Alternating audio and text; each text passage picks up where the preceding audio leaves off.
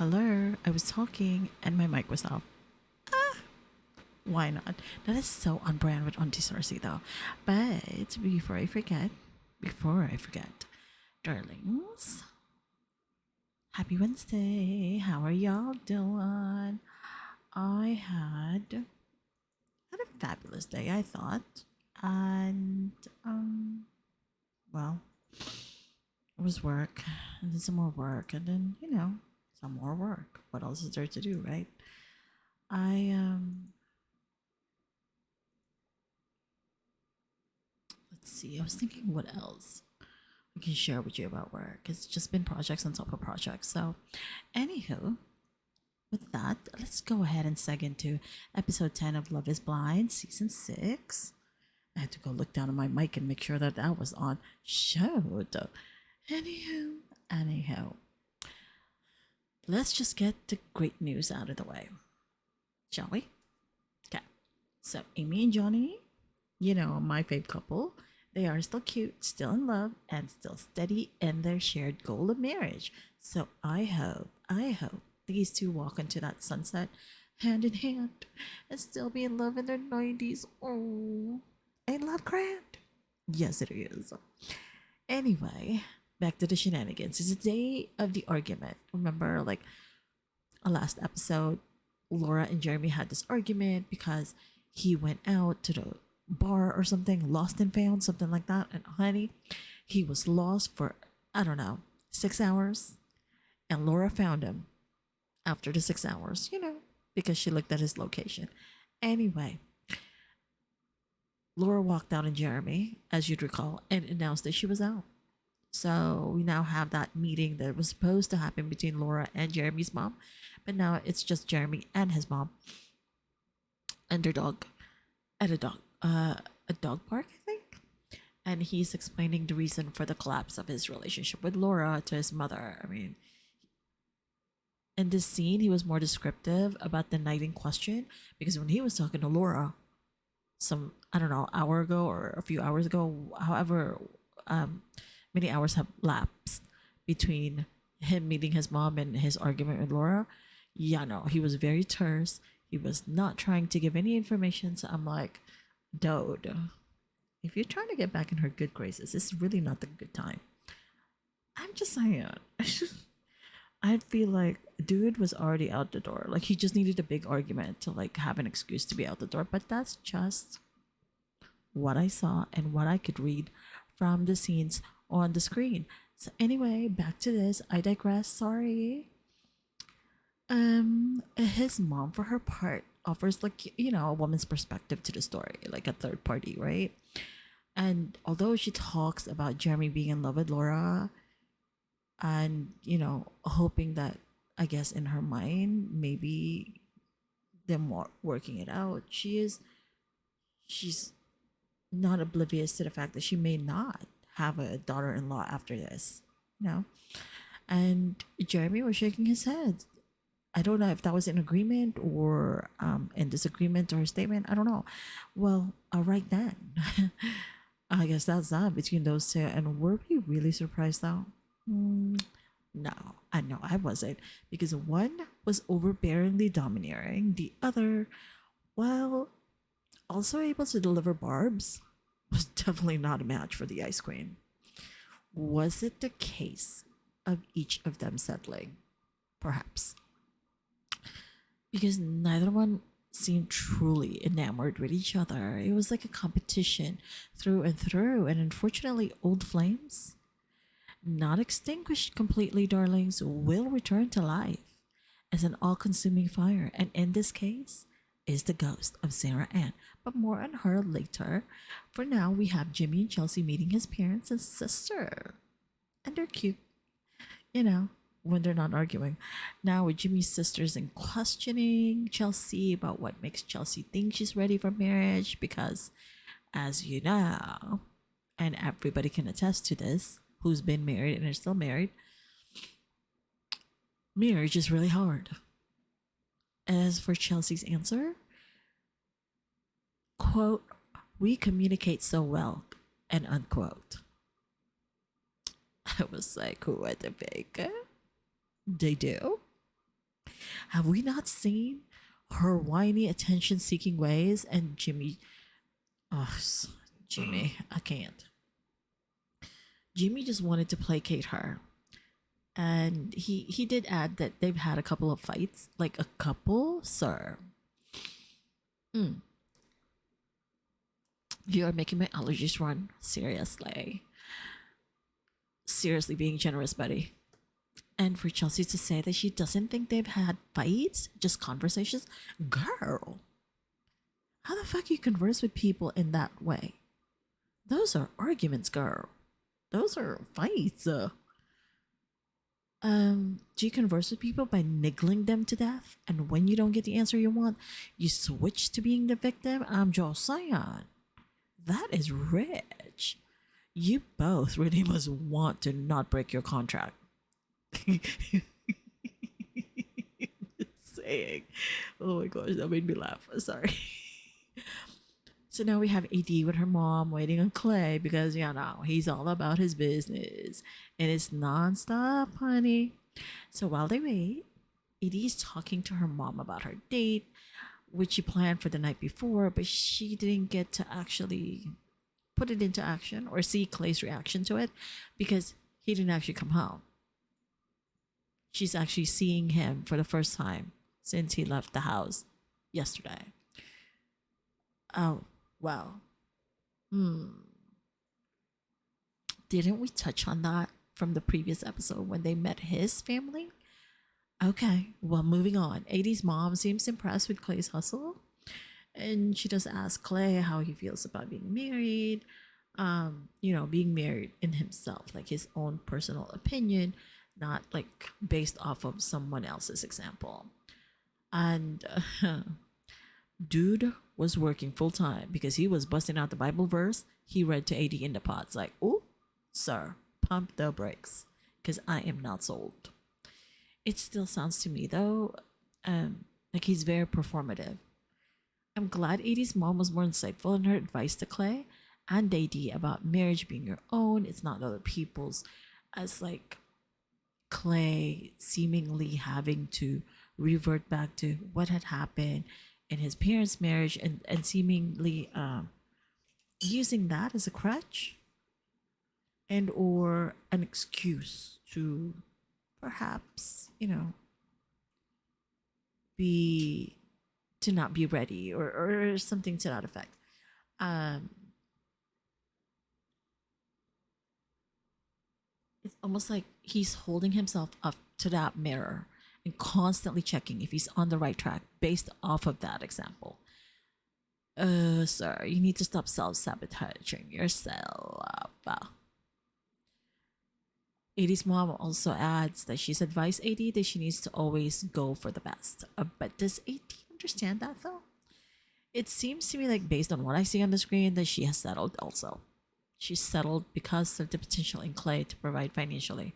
But is that sufficient? Of course, no one is perfect. But is it too much to ask for someone who is not lacking in maturity and who keeps his wandering and one who keeps his wandering eyes closed? Because it's what he's used to is, his dad's wandering eyes. And will he also be able to persevere past the tiniest of infraction? Or will that cause him to break loose from AD?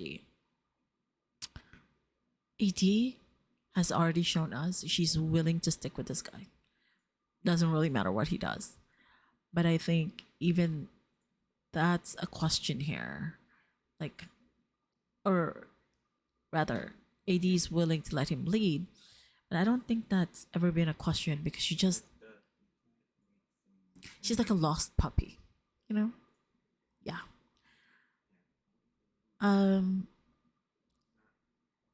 Clay, he wears his pride on his sleeve, so to speak. He's so overcome with the idea of failing in his marriage that he's sabotaging his chance with AD. But then again, AD is an adult, a willing participant in this, so we can't lay all the blame squarely on Clay. AD says she's even willing to follow Clay off of a cliff without a parachute because she knows He'll be down there to catch her. Girl. If he was the first to jump off the cliff, I certainly hope he had a parachute on, so he landed safely to be able to catch you. Child, you are deep in the trenches and might just be too far gone, head over heels in love with this guy. I'm just saying. Anyway, let's take a breather from all of that shenanigan and second to Jimmy and Amy meeting Amy's dad. Amy's dad is like very amiable towards Jimmy. Of course, he asks the requisite question of someone whose like daughter's about to marry a complete stranger, that she just met just a few weeks earlier, and it was so cute. That Jimmy asked for Amy's dad's blessing to marry Amy. Oh, that was very heartwarming. I don't think I saw any other couple do that. Like, even though they don't have their dad there or what have you, I don't think I recall any other couples asking their parents, their fiance's parent, if they could marry their child, you know. Anyway. Oh, and how quickly these joyful scenes seg into Jimmy and Chelsea, because we cannot have an episode without Chelsea breaking down over something. I mean, dang. The tantrums just keep on going. Chelsea was having and Jimmy were having another one of those quote unquote conversations. That's what Chelsea calls it, aka argument. Chelsea is haranguing Jimmy about going out the night before, albeit she does agree that he was only out away from her for a very short time. It seems that there's only a few bars where these people live in North Carolina, because they seem to always run into people who know who they are, like other castmates that tell on them with their significant others. I mean, hello. But back to Chelsea. She tells Jimmy that she doesn't want to be with someone who likes to party and go out. Like, basically. She wants somebody who's a homebody, who's relinquished his friendships, and must only be available to dote on Chelsea hand and foot.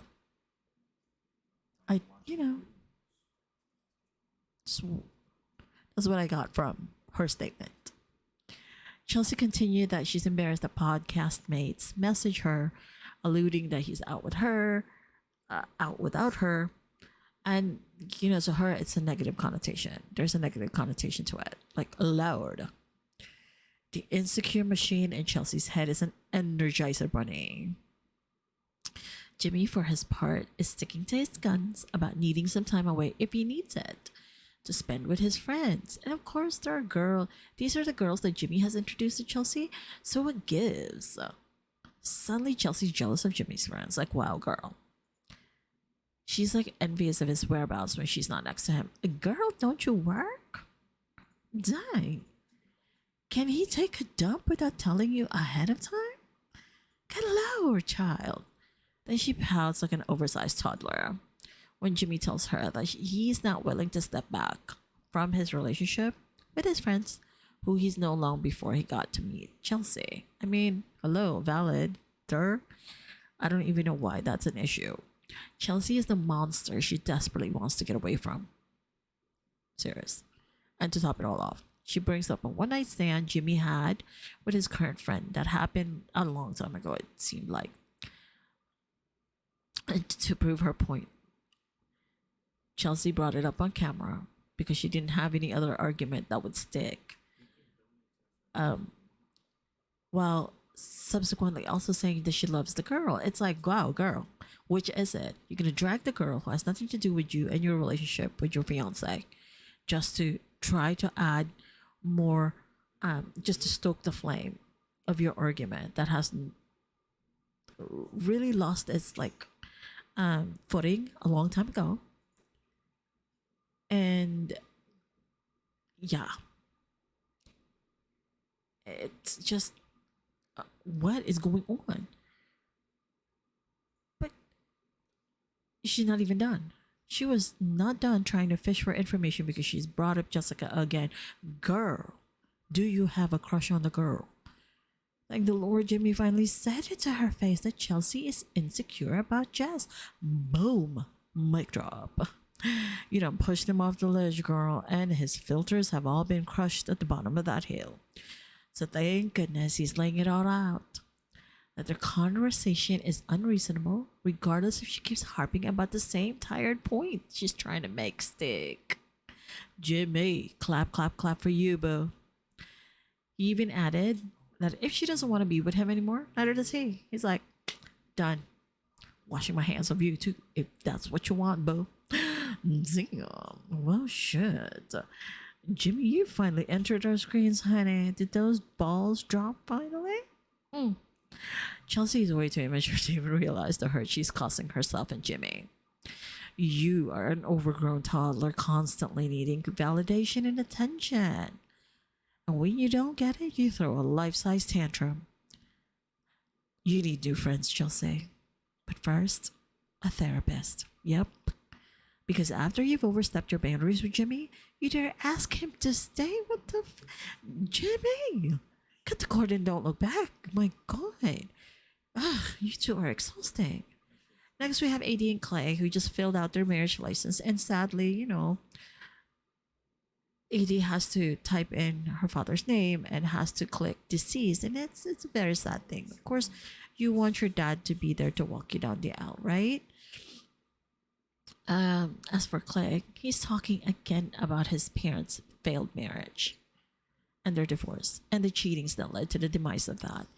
He even said he watched the past seasons of Love is Blind, like ding, ding, ding, ding, ding. Hello.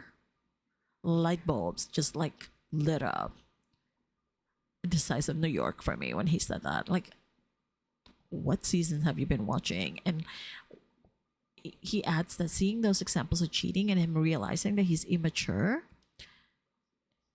makes him feel a little bit embarrassed. Like, sir? Really? Why are you constantly having to find examples of areas in your life that you need to work on when people already tell you that these are things that you need to work on? And it's not just one person, it seems. So why do you have to have a comparison? Why do you have to have a pictogram or something? What is it called? I forget. Anyway, like, what is not clicking? What is not clicking? Really though? Then again, AD is so far in love with him, she doesn't even care at this point, going as far as telling him she's okay with a yes or no at the altar. Like, girl, pump the brakes hard.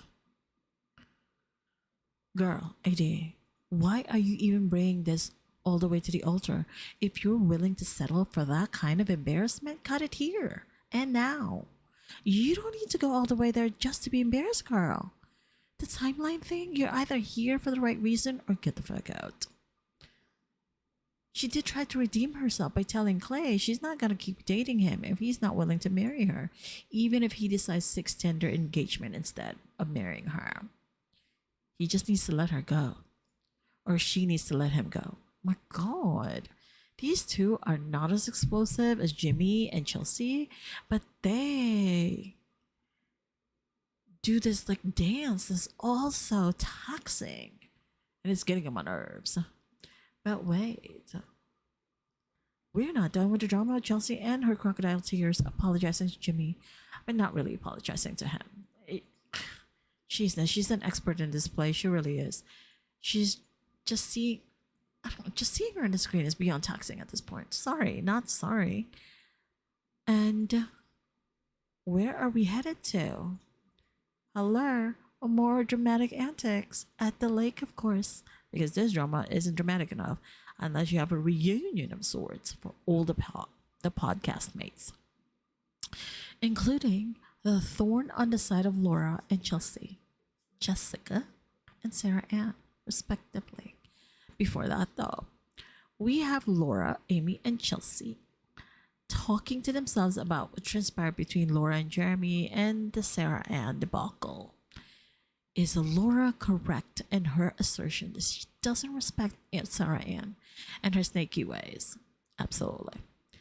Is she correct in her assertion that Sarah Ann does not respect boundaries and other women? correct in this particular situation. Um, is she correct in her assertion that Jeremy should have never left that door open for Sarah Ann, being that he's Laura's fiance? Absolutely. Just then, Jeremy walks in with his eponymous Hawaiian shirt because, why not? At least he matched with his shorts, telling the guys how he's been trying to win back Laura, but to no avail. And, he's decided since she's going to be nasty about, corresponding with him, it's time to let go and move on. But get loud. I didn't realize Trevor was also invited. And Chelsea was like, ooh, I mean, a girl. Could you oogle him enough? And then for her to add that it's complicated to see Trevor during her confessional because he is her type. He is the type that she normally would go for. Chelsea girl. Drop the facade and just tell Trevor you're still in love with him. Like, for real. Maybe he'll be able to handle your crazy better than Jimmy. I'm just saying. But add to that layer of drama. Just as we thought there were no more surprises in this episode. We are Grace with Mackenzie. I literally can't remember the girl though from the lounge. And of course, Jessica. Ooh, Chelsea was checking out her competition, darlings. Of course she was. And so were the men, honey. And so were the men. Because she is a hot mama after all. Of course, the time comes when Jessica and Jimmy have a chance to have a heart to heart. Alone by the shoreline. They're at the lake, remember? I'm glad, though, that Jessica didn't try to insert himself in Jimmy's what-ifs. She even complimented Chelsea frequently, although she was also able to share with Jimmy her feelings more openly, and that although it ended between them, she's happy that he is happy. And she also did want to hear from Jimmy exactly, how did he really feel about her? He obliged, and for her part, she remained steadfast that although her feelings were hurt, and some feelings remain, she's very happy for Chelsea and Jimmy. At least she wasn't trying to insert herself into their engagement like someone else, which we'll cover in the next episode. Yes, the drama just keeps on churning, honeys. So I shall see you in episode 11. For now, thank you for watching. If you like my little review, please do click that like button and click that subscribe. I can't even talk anymore. My allergies are taking over my face. Click that subscribe button and let's be Facebook. Let's be YouTube friends. And also, darlings, remember, you are all kinds of fabulous. And there's not much else for you to do but be fabulous. And also, I know it's hard. It's hard for me too sometimes. Try to leave some grace for others and to continue the journey in gratitude. Darlings, I shall see you in the next episode. Toodaloo for now. Bye.